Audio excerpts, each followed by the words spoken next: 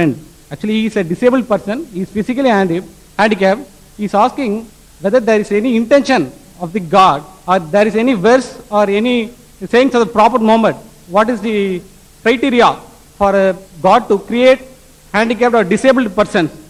That's it. And I think the mic will not be available after my asking the question. So for the Islamic Information Center and Dr. Fatima Muzaffar and Dr. Zakir Naik, thanks for giving me this beautiful opportunity. Thank you.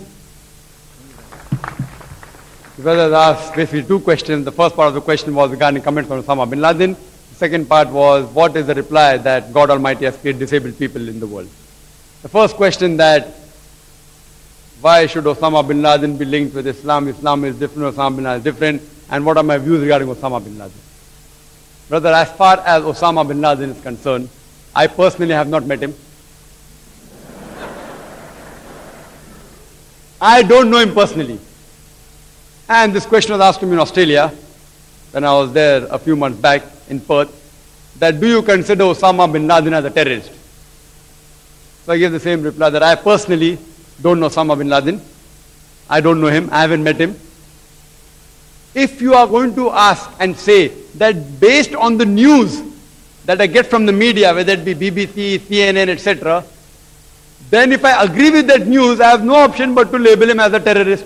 But the glorious Quran says in Surah Hujurat, chapter number 49, verse number 6, it says that whenever you get information about something, check it up before you pass on to the second person or the third person.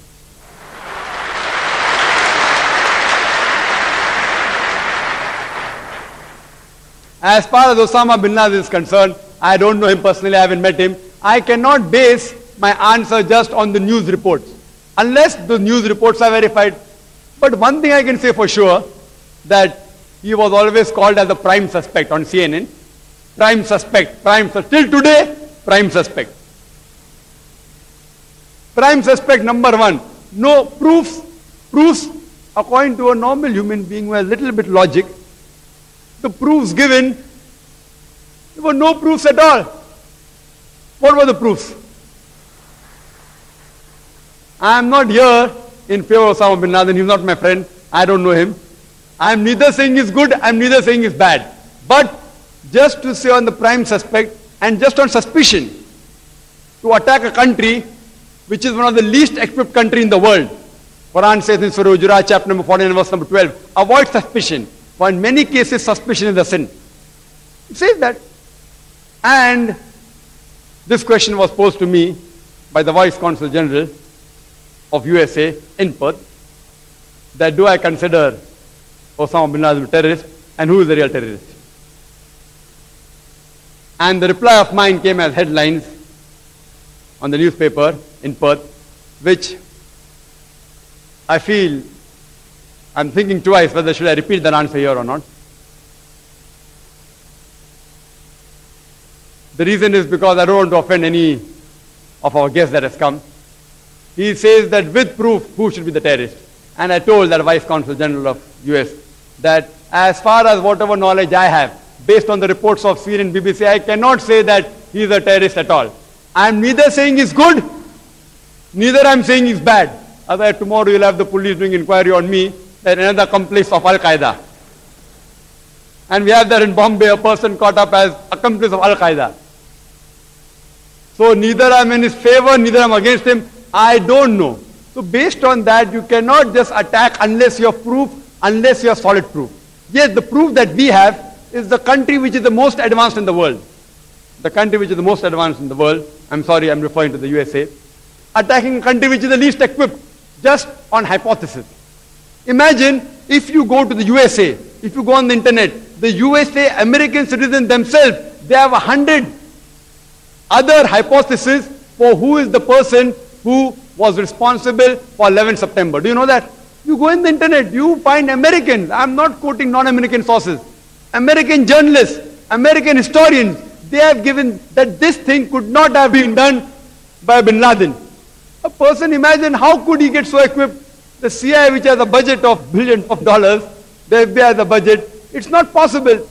I'm not saying what they're saying is wrong, or whether what they're saying is right, I don't know. I'm just giving you information which you may not be aware, because I'm a person who keep on traveling a lot. I'm a person who surfs also on the internet and get the information.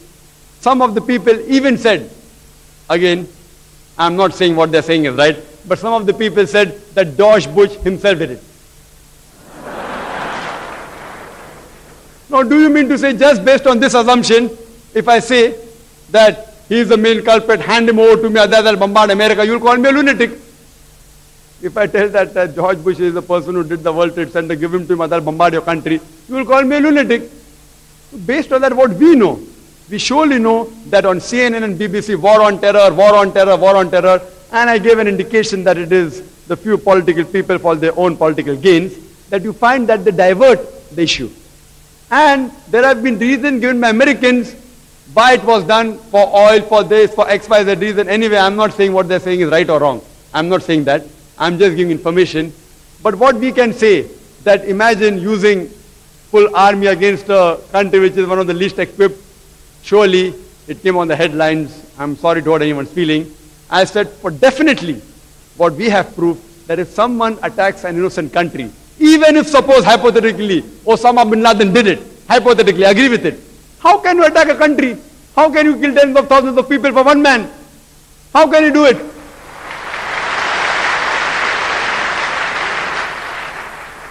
It is nothing but terrorism.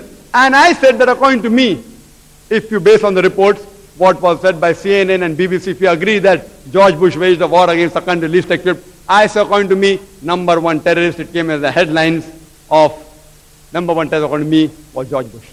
The question posed, and I apologize again, I don't want to hurt the feelings of any person. Please don't misunderstand me. They asked my opinion. It was the Vice Consul General of USA, of Perth. He asked me this question, the first question. Brother, you should realize that we can't blame anyone unless we have proof. In Islam it says that if anyone gives a false verdict, and if he's caught in cross-examination, that is proved wrong, he gets lashes in Islam. And in Islam it says whenever you get information, you check it up before you pass it on to the third person. And this is one of the major cause for disruption of the universal brother. We'll discuss it tomorrow, hopefully. One of the basic cause of disruption is giving false propaganda. And if you analyze that now, latest, a couple of days back, number one terrorist has become Saddam Hussein. You require someone in the media to bell the cat, You require someone at least to let the issue running. There will always be someone or the other coming. So we have to realize it is mainly a few selected people who for their own personal gains, they want to be and see to divert the attention mainly. What I personally don't know Osama bin Laden, but if anyone who condemns him, I said, if you condemn him, you should have solid proof. Not just hypothesis that I found a passport in the World Trade Center. So the article that came, that next time you should make the dress of the US police with that passport material so nothing will happen. Imagine the passport didn't burn. The crash took place and the Celsius out there was more than 1,000 Celsius, the amount of heat that was generated, and they find a passport in it. So here we have to realize that we as Muslims, anyone lays the allegation against anyone, whether Muslim or non-Muslim, before we agree with it, we have to have proof. If we don't have proof and if I agree with it, I'll be held responsible on the day of judgment. Coming to your second question, that why, what is the reason that Almighty God has created some people who are handicapped? Brother, the reason is given in the Quran, in Surah Mulk, chapter number 67, verse number 2, which says, Allazi khalaqal mauta wal hayata. It is Allah who has created death and life to test which of you is good in deeds.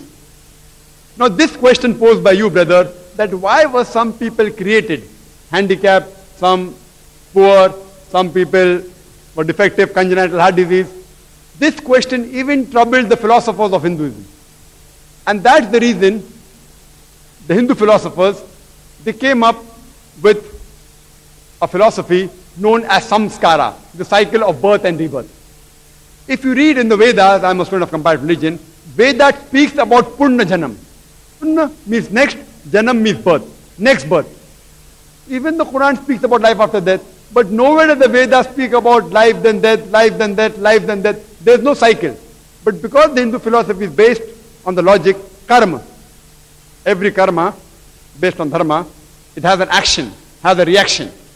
So based on that, the Hindu philosophers came up with the philosophy that maybe in the previous birth,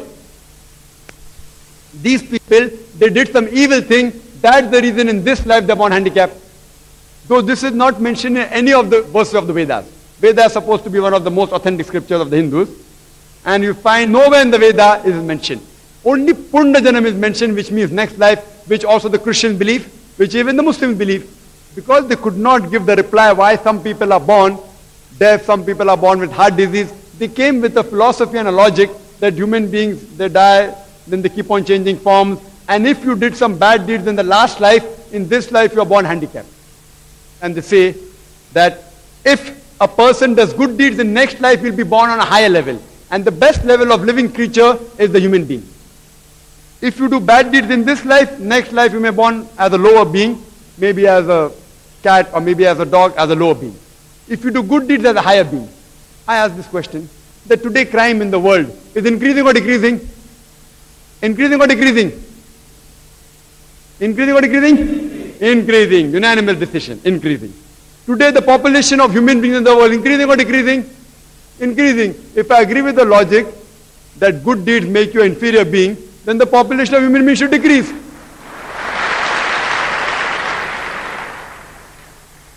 But yet the query, why some human beings are born handicapped, some poor, some congenital defect? The reply is given, as I said in the Quran in Surah Mulk chapter 16 verse number 2, Allazi khalaqal mauta wal hayata. It's Allah who has created death and life to test which of you is good indeed. This life you are leading in this world is a test for the hereafter. And based on the examination that is given to you, you will be judged. And Almighty God judges different people in different ways. See, when you appear for an examination, every year the examination paper keeps on differing. If you have the same paper, then where is the test? The paper should keep on changing. Similarly, Allah subhanahu wa ta'ala tests different people in different ways. Some people He gives wealth. If He gives them wealth, the Islamic Sharia says, you have to give 2.5% of that excess wealth in charity. It is called as zakat. For a poor person, he doesn't have to give zakat. He gets 100 out of 100 in zakat. You know, the rich person is more difficult, as Jesus Christ, peace be upon him, said, it is impossible for the rich person to go to paradise. And Prophet Muhammad sallallahu alaihi wasallam said, it is difficult for a rich person to go to heaven. If we analyze that depending upon the facility Almighty God has given you, He will judge you accordingly. So if He has given you wealth, you have to give charity. If He has given no wealth, then you have to give no charity. Some people, He makes them born with congenital defects. They are born handicapped. So someone may ask me that what is the fault of that young child? What sin did he do? We believe in Islam that every child is masoom. Every child is innocent. He is sinless. But when he's come in this life, maybe as Allah says in the Quran,